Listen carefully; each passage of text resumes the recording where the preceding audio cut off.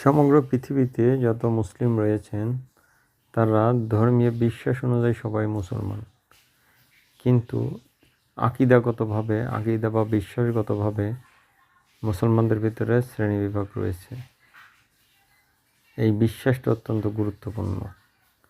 যেমন এক শ্রেণীর মুসলমান বা এক গোষ্ঠীর মুসলমান বলেন যে আমাদের নবী গায়েব জানেন, আবার আরেক শ্রেণীর মুসলমানরা বলছেন যে আমাদের নবী গায়েব জানেন না, আল্লাহ যতটুকু জানান ঠিক ততটুকুই জানেন। তাহলে এখানে কিন্তু দুইটা শ্রেণী বিভক্ত হয়ে গেল। এই বিশ্বাসটার উপরেই মুসলমানদের শ্রেণীবিভাগ। আবার এই বিশ্বাসের ত্রুটির কারণে মুসলমান হওয়া সত্ত্বেও সে ভ্রান্ত আকিদায় পতিত হলো, সে ফিতনায় পতিত হলো। সুতরাং আকিদা বা বিশ্বাস অত্যন্ত গুরুত্বপূর্ণ, আর এই বিশ্বাসকে আমরা অত্যন্ত গুরুত্বের সাথে বিবেচনা করে আমাদের আকিদাকে অত্যন্ত সুদৃঢ় করে নেব।